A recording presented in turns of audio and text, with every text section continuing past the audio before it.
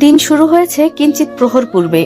সময় গড়িয়ে রোদের প্রখরতা যত বৃদ্ধি পাচ্ছে ততই বাড়ছে ব্যস্ততা।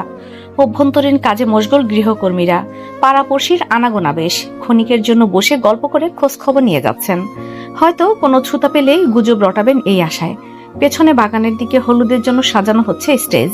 কাজ ঠিকমতো হচ্ছে কিনা তারই তদারকি করছে আরিয়ান। স্টেজের বিপরীত মুখে কিছুটা দূরে বাবুর্চিদের দিকে নজর রাখছে নাহিদ আর রাদিন সাহেবের ছোট ছেলে মৃদুল। বাকিরা অন্য সব কাজে নিয়োজিত, খালি হাতে বসে নেই কেউই। লাকড়ি চুলোর তাপে নাহিদের প্রায় যায় যায় অবস্থা। মাথার ঘাম ঝরছে চিবুক বেয়ে পা পর্যন্ত।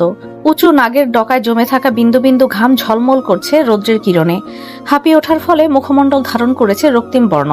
কিঞ্চিত আরামের আশায় গিয়ে দাঁড়ায় নিম গাছের বিশুদ্ধ ছায়ার তলে। ঠেস দিয়ে দাঁড়ায় গাছের সাথে, বা হাত উঁচিয়ে বাতাস করতে থাকে। নাহিদের এমন অবস্থা দেখে মৃদুল এগিয়ে এসে বলে, কি ভাই, এটুকুতে খারাপ অবস্থা?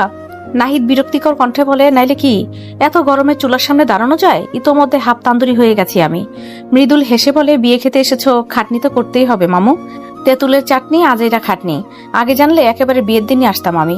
কোথায় ভেবেছিলাম মাহিন ভাইয়ের বিয়েতে এসে সুন্দরী ললনাদের পটাবো, খাবো দাবো, ফুর্তি করব। সেগুলো এখন গুড়ের বালি। গরমে মরছি এখন। মৃদুল সান্ত্বনা স্বরূপ নাহিদের কাঁধে দুটো চাপড় মেরে বলে, থাক ভাই, কষ্ট পেও না। নিজের বিয়েতে সকল সকালাত পূরণ করে নিও। নাহিদ ভুরু কুসকে বলে, কি বলতে চাইছিস? নিজের বিয়েতে বউ রেখে অন্য মেয়েদের পেছনে ঘুরবো আমি? এইসব নাজুবিল্লা মার্কা কথা কই পাস তুই? মৃদুল কিছু বলার পূর্বেই পেছন থেকে কেউ ভরাট কণ্ঠে বলে ওঠে, কাজ বাদ দিয়ে তোরা এখানে কি করিস? নাহিদ চোখ তুলে সামনে তাকায়। আরিয়ানকে সামনে দেখতে পেয়ে নাহিদ অবসন্ন কণ্ঠে বলে, ওইদিকে কি গরম দেখছো ভাই, জাস্ট দাঁড়ানো যাচ্ছে না, তাই এদিকে এসে দাঁড়িয়েছি। আরিয়ান ভ্রুকুটি কুঞ্চিত করে প্রখর কণ্ঠে বলে, যত সব কাজে ফাঁকি দেওয়ার ধান্দা, যা এখনই ওইদিকে যা, দেখ কাজ কতটুকু এগিয়েছে। মৃদুল ঝাড়ি শুনে আর দাঁড়ানোর সাহস পেল না, আগে ভাগেই কেটে পড়লো। নাহিদ মুখটা ছোট করে বিড়বিড় করে বলে, জল্লাদ একটা। আরিয়ান পুনরায় তাড়া দিতেই নাহিদ বলে ওঠে, আরে ভাই যাচ্ছি তো। নাহিদ মুখ ঘুচিয়ে সামনের দিকে যেতে নিলে পেছন থেকে আরিয়ান ডেকে ওঠে, এই নাহিদ শোন। নাহিদ পেছন ঘুরে বলে, আবার কি? বাবুর্চিদের বলেছিস না কোনো খাবারে যাতে বাদাম জাতীয় কোনো কিছু বা বাদামের পেস্ট ব্যবহার না করে? নাহিদ আশ্বস্ত কণ্ঠে বলে, হ্যাঁ ভাই বলেছি, একবার না, দুইবার না, তিনবার বলেছি। তাও খেয়াল রাখিস, ভুল হলে তোর খবর আছে। শাসিয়ে বলল কথাটা আরিয়ান। নাহিদ মাথা দুলিয়ে বলে, ভুল হবে না, নিশ্চিন্তে থাকো। কিন্তু বাদামে অ্যালার্জি কার? আমাদের বাসায় কেউ আছে বলে তো মনে হয় না। আরিয়ান অকপট রাগ দেখিয়ে বলে, তোকে এত জানতে হবে না, যে কাজ দিয়েছি সেটা কর যা। নাহিদ আর কথা বাড়ালো না, আপন মনে বিড়বিড় করতে করতেই নিজের স্থান ত্যাগ করলো। দুপুরের খাবারের জন্য ডাকতে বাগানের দিকে আসলো নিতু। নাহিদদের বলে ভেতরে পাঠিয়ে দিয়ে এগিয়ে গেল আরিয়ানের দিকে। উল্টো ঘুরে দাঁড়িয়ে আছে আরিয়ান, ঘরমাক্ত শরীরের সাথে লেপ্টে আছে বেগুনি রঙের শার্টটি। তারই সামনে মাথা নত করে দাঁড়িয়ে আছে দুটি অল্প বয়সী ছেলে। কাজে গাফলতি করায় তাদেরকেই অতি তীক্ষ্ণ কণ্ঠে ঝাড়ছে আরিয়ান। কথার ধারেই কপোকাত করে ফেলেছে তাদের। ছেলেদের অভিব্যক্তি বেশ শোচনীয়, মনে হয় মনে মনে বলছে, ছেড়ে দেমা, কেঁদে বাঁচি। নিতু আরিয়ানের পেছনে দাঁড়িয়ে নীরবে সবটাই দেখলো। মিনমিনে স্বরে নিজেই বলল, এই যে এইটা হচ্ছে মানুষটার আসল রূপ। ধমকাধমকি ছাড়া একটা কথাও বলতে পারে না। কি হয় একটু নরম কণ্ঠে কথা বললে? দীর্ঘ নিঃশ্বাস ছেড়ে মনে সাহস জুগিয়ে নিতু মৃদু স্বরে ডাকলো, এই যে শুনছেন? মিষ্টি কণ্ঠে বলা বাণীটি আরিয়ানের কর্ণগোচর হওয়া মাত্র ঘাড় ঘুরিয়ে পেছনে তাকায় সে। নিতুকে দেখা মাত্র তির্যক দৃষ্টি হয় নরম। সে ছেলে দুটিকে যেতে বলে নিতুর দিকে ঘুরে দাঁড়ায়। মুহূর্তেই তীক্ষ্ণ কণ্ঠস্বর নামিয়ে কোমল কণ্ঠে বলে, বলো। আরিয়ানের কণ্ঠস্বর হঠাৎ পরিবর্তিত হতে দেখে নিতু বেশ চমকায়, কিন্তু পরমুহূর্তে নিজেকে সামলে বলে, মা আপনাকে খাবারের জন্য ডাকছেন, ভেতরে আসুন। আচ্ছা চলো। নিতু নিঃশব্দে এগিয়ে যায়, তারই পাশে আরিয়ানও হাঁটা দেয়। 3-4 কদম এগিয়ে যেতেই আরিয়ান বলে ওঠে, তোমার বা হাতটা দেখাও তো। নিতু বিস্মিত কণ্ঠে বলে, কেন? আরিয়ানের কণ্ঠে স্পষ্ট আদেশ, দেখাতে বলেছি। নিতু কিছুটা মনক্ষুণ্ণ করে থেমে দাঁড়ায়, তারপর বা হাতটা উঁচিয়ে আরিয়ানের সামনে তুলে ধরে। আরিয়ান আলতোভাবে নিতুর হাতটা টেনে ধরে নিজের সামনে ধরে। মুহূর্তেই নিতুর মাঝে বয়ে যায় আলাদা এক শিহরণ। কিছুটা সময় এভাবেই নীরবে অতিবাহিত হতে নিতু নিজেকে স্বাভাবিক করে নির্লিপ্ত দৃষ্টিতে আরিয়ানের দিকে তাকিয়ে বলে, দেখা হয়েছে? আরিয়ান ভুরুকুঞ্চিত দৃষ্টিতে তাকিয়ে বলে, তোমার মেহেদি লাল হলো না কেন? মেহেদিটা কি ভালো না? আরিয়ানের প্রশ্ন শুনে নিতু কিঞ্চিত হেসে উঠে বলে, এই মেহেদির রং হতে একটু সময় লাগে, চিন্তা নেই, সন্ধ্যার মধ্যে রং হয়ে যাবে। আরিয়ান ঠোঁট যুগল গোল করে বলল, ও আচ্ছা, এখন ভেতরে চলুন। হলদেটে আকাশে সূর্য মহাশয় ক্লান্ত হয়ে নিমজ্জিত হওয়া মাত্র আগমন হলো আধারের। জ্বলে উঠল রং বেরঙের মরিচবাতি, সজ্জিত দেখালো শেখবাড়ি। তবে হলুদের অনুষ্ঠান শুরু হলো আরো ঘণ্টাখানেক পরে। মেহমানের আনাগোনা বাড়তেই বাগানের কানায় কানায় দেখা দিল কোলাহল। বাড়ির ছেলেরা সব অনুষ্ঠানের জন্য তৈরি হয়ে গেলেও পিছিয়ে রইল মেয়েরা। তাদের সাজ এখনো শেষ হয়নি। ছেলেরা সব হতাশাজনক নিঃশ্বাস ছেড়ে যে যার মতো কাজে লেগে পড়ল। বাহিরে আয়োজন সব ঠিকঠাক আছে কিনা তা পর্যবেক্ষণ করে ঘরে ফিরে এলো আরিয়ান। এগিয়ে গেল নিজের রুমের দিকে। দরজা ভিজিয়ে রাখা ছিল বিধায় নক না করে রুমের ভেতর ঢুকে পড়ল সে। অতঃপর কর্ণকুহরে প্রতিধ্বনিত হলো কারো সূক্ষ্ম কণ্ঠের চিৎকার। আরিয়ান হতভম্ব হয়ে পড়ল নিজ স্থানেই। দৃষ্টি বড় বড় করে তাকালো সে। নিতু তখন আঁচল ঠিক করতে ব্যস্ত। কোনো মতে আঁচল ঠিক করে প্রখর কণ্ঠে বলে সে, নক করে আসবেন তো নাকি? ঘটনাক্রম বুঝে উঠতে আরিয়ানের কিঞ্চিত মুহূর্ত লেগে যায়। তারপর ঠোঁটের কোণে সূক্ষ্ম হাসি ফুটিয়ে বলে, রুম থেকে শুরু করে যেখানে গোটা মানুষটাই আমার, সেখানে নক করে আসার প্রয়োজন আছে কি? নিতু হতবিহ্বল দৃষ্টিতে তাকায় আরিয়ানের পানে। ঠোঁট যুগলের মাঝে আপনা আপনি সৃষ্টি হয় দূরত্ব। সে মোটেও এমন কোনো উত্তরের আশা করেনি। বিড়ম্বনতা বিমূঢ়তায় নিতু খেই হারায়। ফেলফেল করে তাকিয়ে থাকে শুধু। আরিয়ান সেই দৃষ্টি উপেক্ষা করে বলে, আমার রূপ বাড়েনি যে এইভাবে তাকিয়ে আছো। নিতু দ্রুত দৃষ্টি সরিয়ে নেয়। লজ্জায় মাথা কাটা যাচ্ছে তার এখন। মানুষটা এমন কেন? উফ! আরিয়া নিতুর দিকে এতটা গুরুত্ব না দিয়ে দরজা ভিজিয়ে দিল। অতঃপর নিজের ব্যাগের কাছে এগিয়ে কি যেন খুঁজতে থাকে। নিতু এক পলক আরিয়ানের দিকে তাকিয়ে নিজেকে স্বাভাবিক করার ক্ষীণ চেষ্টা করলো। মনোযোগ দিল নিজ কাজে। আরিয়ান ব্যাগ থেকে একটা চেক বইয়ের মতো কিছু একটা বের করে উঠে দাঁড়ালো। পূর্ণ দৃষ্টিতে তাকালো নিতুর পানে। নিতু হাতে সেফটি পিন নিয়ে পিঠের দিকে ব্লাউজের সাথে শাড়ি পিন করার আপ্রাণ চেষ্টা চালাচ্ছে, কিন্তু প্রতিবারই ব্যর্থ হচ্ছে। আরিয়ান তা দেখে নিঃশব্দে এগিয়ে গেল। মুহূর্তে নিতুর হাত থেকে সেফটি পিনটা নিয়ে নিজে লাগিয়ে দিল। ঘটনাচক্রে নিতু ভরকে ওঠে। আয়নার ভেতর দিয়েই গোল গোল চোখ করে তাকায় আরিয়ানের দিকে। আরিয়ান কয়েক কদম পিছিয়ে গিয়ে স্বগতোক্তি কণ্ঠে বলে, এদিকে ঘোরো। আরিয়ানের এক বাক্যে নিতু রোবটের ন্যায় ঘুরে দাঁড়ায়। আরিয়ান ভালো মতো নিতুকে একবার পরোক্ষ করে নেয়। ক্ষণেই তার চোখ গিয়ে আটকায় নিষিদ্ধ এক স্থানে। আরিয়ান দ্রুত নিজের দৃষ্টি সংযত করে দৃঢ় কণ্ঠে বলে, সেফটি পিন দাও তো আমায় কয়েকটা। নিতু নির্বিকারে ড্রেসিং টেবিলের ওপর থেকে কয়েকটা সেফটি পিন নিয়ে আরিয়ানকে দেয়। আরিয়ান হাতের বইটা বিছানার উপর রেখে নিতুর নিকটে এসে হাঁটু গেড়ে বসে। নিতুর কোমরের পাশে শাড়ি ঠিক মতো টেনে সেফটি পিনের সাহায্যে ভালো মতো এঁটে দিয়ে বলে, শাড়ি ঠিক মতো পরতে না পারলে পরো কেন? যত সব মানুষের মাথা নষ্ট করার ধান্দা। কথাটা বলেই আরিয়ান উঠে দাঁড়ায়। বিছানার উপর থেকে বইটা হাতে নিয়ে দ্রুত গতিতে পা চালিয়ে রুম থেকে বেরিয়ে যায়। আর নিতু পুনরায় হতবিহ্বল দৃষ্টিতে তাকিয়ে থাকে দরজার দিকে। তার দিনটাই আজ বোধহয় বিহ্বলময়। চারদিকে প্রচন্ড কোলাহল। দানব আকৃতির স্পিকারগুলোয় বাড়ছে আড়ম্বরী গান। গানের প্রখর শব্দ কম্পন সৃষ্টি করছে প্রকৃতির মাঝে। বাচ্চারা দৌড়াদৌড়ি করছে এদিক সেদিক। বড় গুরুজনেরা বাগানের নীরব একাংশে দাঁড়িয়ে আলাপ আলোচনা করছেন নিজেদের মধ্যে। উচ্চ শব্দে রাদিনের ক্ষতি হতে পারে বলে বাইরে আনা হয়নি তাকে। রুমে রাখা হয়েছে বিশ্রামের ওপর। হলুদ ছোঁয়ানোর পূর্বে বাইরে নিয়ে আসা হবে তাকে। বাড়ির ছেলে মেয়েরা ব্যস্ত মেহমানদের আপ্যায়ন করতে। ব্যস্ততার হাত থেকে যেন আজ কারো নিস্তার নেই। ব্যস্ত কোলাহলপূর্ণ পরিবেশের মাঝেও একজোড়া আখিপল্লব বারংবার ঘুরে ঘুরে দেখছে শ্যামময়ী এক মানবীকে। মোহগ্রস্ত সেই দৃষ্টি।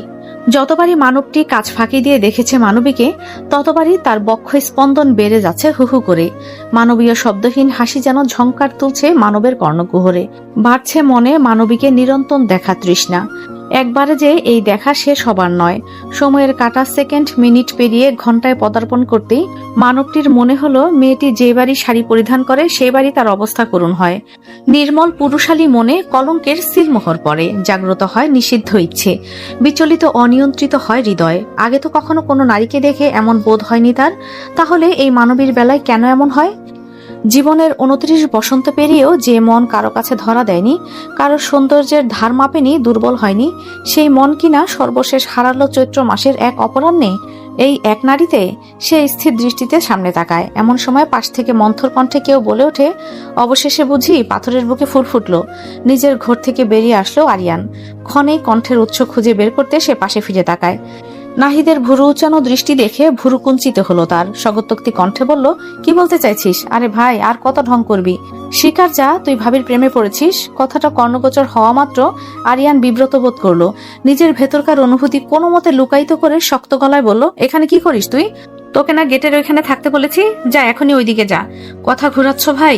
আমার কাছে স্বীকার করতেও এত লজ্জা? মাইন না খাইতে চাইলে এখনই চোখের সামনে থেকে দূর হ। নাহিদ মুখ বাঁকিয়ে বলে, স্বীকার করলি না তো? আচ্ছা ঠিক আছে, আরেকবার খালি ভাবির দিকে তাকা তুই, ডাইরেক্ট ভাবিকে নিয়ে গিয়ে তোর সামনে হাজির হব। আরিয়ান রোষাগ্নি দৃষ্টিতে তাকিয়ে বলে, আমার হাতে মার খাইস না অনেকদিন, তাই না? আচ্ছা আয়, তোর পিঠটা একটু দেখে দেই। নাহিদ মুহূর্তেই একদম পিছিয়ে গিয়ে বলে, মৃদুল ডাকছে আমায়, যাই আমি। কথাটা বলেই নাহিদ উল্টো পথে হাঁটা দিল। তবে কিঞ্চিত মুহূর্ত না পেরুতেই নাহিদ পুনরায় ফিরত এসে বলে, ভাবির দিকে আর তাকাবি না, তোর দৃষ্টিতে আমার ভাবির নজর লেগে যাবে। কথাটা বলে নাহিদ আর এক মুহূর্ত বিলম্ব না করে দৌড়ে পালালো। আরিয়ান তপ্ত নিঃশ্বাস ফেলে এক নজর তাকালো নিতুর পানে, অতঃপর নিজ কাজে মনস্থির করলো। নিশীথের কৃষ্ণ আকাশে দীপ্তিময় লক্ষ নক্ষত্রে মাঝে অর্ধবৃত্তাংশ চন্দ্রিমা অকৃপণ হাতে দুটি বিলাচ্ছে। নিজের সীমাবদ্ধতা পেরিয়ে স্নিগ্ধ দুটির ছটা দক্ষিণা জানালার শিকল পেরিয়ে হামাগুড়ি খেল মেঝেতে। একাংশ স্নিগ্ধতা গিয়ে ঠেকল বিছানায় ঘুমন্ত কৃষ্ণময়ী মানবীর চরণে। পায়ের সাথে লেপ্টে থাকা রূপালী পায়েল দুটি আলোর সংস্পর্শে এসে মুক্তোর ন্যায় চিকচিক করল। রুমে প্রবেশ করা মাত্র সর্বপ্রথম সেদিকেই গিয়ে চোখ পড়ল আরিয়ানের। ক্লান্ত দৃষ্টিতে ছড়ায় মগ্নতা। দরজার সামনে থেকে সরে আসলো আরিয়ান। খুব সাবধানতার সহিত দরজা আটকে দিল, শব্দ হতে দিল না একটুও। অতঃপর দেয়াল হাতে জ্বালিয়ে দিল নীলাভ আলোটি। পূর্ণ দৃষ্টিতে তাকালো নিতুর পানে। গভীর ঘুমে আচ্ছন্ন মেয়েটি, চুল এলোমেলো হয়ে পড়ে আছে মুখে গলদেশে। আরিয়ান দীর্ঘ নিঃশ্বাস ফেলে পরনের পাঞ্জাবিটা খুলে ফেলে। গা থেকে তার ঘামের তীব্র গন্ধ আসছে, গোসল করা প্রয়োজন। আরিয়ান ব্যাগ থেকে এক সেট কাপড় বের করে চলে যায় ফ্রেশ হতে। ঘণ্টাখানেক বাদে আরিয়ান বেরিয়ে আসে। বা হাতে তোয়ালে ধরে ঘর্ষণ চালায় মাথায়। ভালোমতো চুলের পানি মুছে নিয়ে তোয়ালেটা চেয়ারের ওপর ফেলে দেয়। ধীর পায়ে এগিয়ে যায় বিছানার দিকে। নিতুর পাশে এসে আধো শোয়া হয়ে বসে থাকে সে।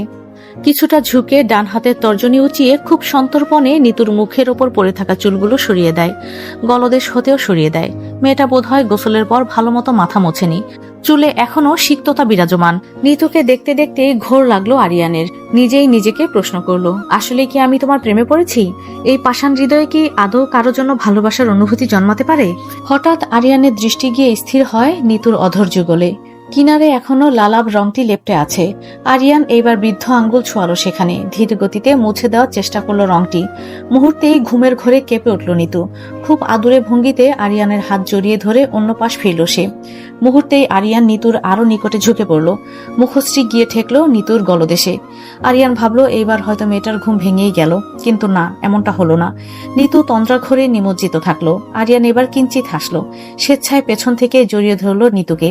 বিড়বিড় করলো আনমনেই, তোমাকে আমি ভালোবাসি কিনা জানি না, তবে আমার তোমাকেই চাই। অ্যালার্মের কর্কশ ধ্বনি কর্ণপুহরে প্রবেশ করতেই তন্দ্রা কাটল নিতুর। আধনিবন্ত নয়নে চোখ বুলালো চারদিকে। বালিশের পাশে হাতড়ে মোবাইলটি খুঁজে বের করে অ্যালার্ম অফ করলো। তন্দ্রা ভাব পুরোপুরি কাটতেই বিব্রত বোধ করলো সে। নিতু প্রথম দিনকার মতো আজও আরিয়ানের পায়ের ওপর পা উঠিয়ে দিয়েছে। বিষয়টা যত না নিতুর নিকট লজ্জাজনক ঠেকলো, তার চেয়েও বেশি অস্বস্তি বোধ করলো। অতঃপর নিজের উদরে আরিয়ানের বলিষ্ঠ হাত স্থির দেখতে পেরে নিতু ভুরু কুঁচকে বিড়বিড় করলো, রাতে আমি তার উপর হাত পা ফালাই নাকি সে আমার উপর, কোনটা? সঠিক উত্তর পেল না নিতু। দীর্ঘ নিঃশ্বাস ফেলে আস্তে করে আরিয়ানের হাত নিজের ওপর থেকে সরিয়ে উঠে পড়ল। আরিয়ান ওঠার পূর্বেই আগেভাগেই রুম থেকে বেরিয়ে গেল সে। লজ্জায় নাকি সংকোচে তা বোঝা গেল না। বিয়ের অনুষ্ঠান দুপুরে হলেও দীর্ঘ পথ এবং যানজটের কারণে বরযাত্রীদের নিজ গন্তব্যে এসে পৌঁছাতে পৌঁছাতে প্রায় বিকেল ঘনিয়ে আসে। গেট দিয়ে ঢোকা মাত্র কনেপক্ষের সকলে ব্যস্ত হয়ে পড়ে বরযাত্রীদের আপ্যায়নে। খাবারের সময় বহুক্ষণ পূর্বেই অতিক্রম হয়ে যাওয়ার আগেই বরযাত্রীদের খেতে বসানো হলো। মুহূর্তেই টেবিলে সাজানো হলো হরেক পদের খাবার। কারোই বুঝতে দেরি হয়নি বরযাত্রীদের জন্যই এই বিশেষ আয়োজন। দীর্ঘ পথ পাড়ি দিয়ে আসায় বেশিরভাগই সবাই ক্ষুধার্ত ছিল, যার দরুন খাবার আসার পরপরই সকলে আহার করতে ব্যস্ত হয়ে পড়ে। খাওয়া দাওয়া শুরুর মিনিট দুয়েক পরেই আরিয়ান নিতুর পাশে এসে বসে। মন্থর কণ্ঠে বলে, রোস্ট খাওয়ার প্রয়োজন নেই তোমার। কথাটা শ্রবণ হতেই নিতু ভুরু কুঁচকে তাকায়। কৌতূহলী কণ্ঠে জিজ্ঞাসা করে, কেন? ওইটাতে বাদামের পেস্ট ব্যবহার করা হয়েছে। তোমার না বাদামের সমস্যা? ওইটা বাদে বাকিগুলো তুমি খেতে পারবে। নিতু অবাক হলো এই দেখে। একবার বলাতেই আরিয়ানের মনে আছে তার কোন খাবারের প্রবলেম। সেই সাথে আলাদা ভালো লাগাও কাজ করলো মনের গহীনে। সে মিয়ে যাওয়া কণ্ঠে বলল, আমি এভাবেও রোস্ট খেতাম না, ওইটাতে বাদামের পেস্ট ব্যবহার করা হয় আমি জানি। তবে আপনি কিভাবে জানলেন? বাবুর্চি থেকে জিজ্ঞাসা করে এসেছি। মুহূর্তেই নিতু ঠোঁটের কোণে ছেয়ে গেল তৃপ্তির হাসি। মানুষটার ক্ষুদ্র ক্ষুদ্র খেয়াল রাখা যে তাকে প্রতিনিয়ত দুর্বল হতে বাধ্য করছে, নিভৃতেই জায়গা করে নিচ্ছে তার বক্ষস্থলে। তার জন্য এতটা সাবধানতা অবলম্বন করা মানুষ হাতে গোনা কয়েকজন। সেই মানুষের তালিকায় আজ আরিয়ান পাকাপোক্তভাবেই জায়গা করে নিয়েছে। নিতু কিছু না বলে মুস্কি হেসে নীরবে খাওয়া শুরু করলো। খাওয়া শেষে আরিয়ান কিঞ্চিত মুহূর্তের জন্য দৃষ্টির আড়াল হয়ে যায়। নিতু চারদিকে আরিয়ানকে না পেয়ে এক কিনারে গিয়ে বসে। ক্লান্ত লাগছে তার বেশ। নিতু একটু ঝিমিয়ে বসে পার্স থেকে মোবাইলটা বের করে। আকস্মাৎ তার সামনে ছোট্ট একটা ভ্যানিলা আইসক্রিমের বাটি তুলে ধরে কেউ। নিতু পাশ ফিরে তাকায়। মুহূর্তেই দৃষ্টির মণিতে আরিয়ানের মুখশ্রী ভেসে ওঠে। নিতু কৌতূহলী দৃষ্টিতে আরিয়ানের দিকে তাকাতেই আরিয়ান মন্থর কণ্ঠে বলে, এটা ধরো। বাদামের জন্য পায়েস বা জর্দা কোনোটাই তো খেতে পারোনি তুমি।